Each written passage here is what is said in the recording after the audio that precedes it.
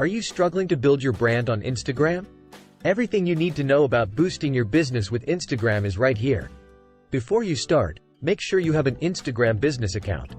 A business account will give you access to crucial app functionalities such as Instagram Insights. Once you have this set up, you can start looking into your content and different marketing strategies. One way to get your content viewed is using hashtags.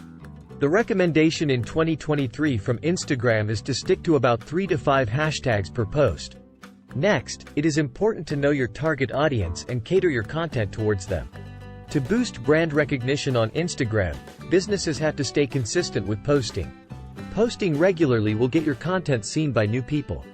Try creating a content calendar and aim to post 3 times per week. Another element to consider is making influencer marketing a part of your strategy. Often just sending free products for influencers to try can help bring positive attention to your brand. Instagram is known for its video content.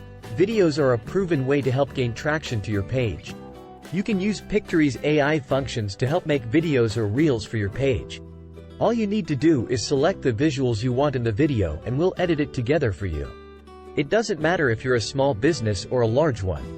Pictory.ai is set up to make Instagram video content creation easier than ever.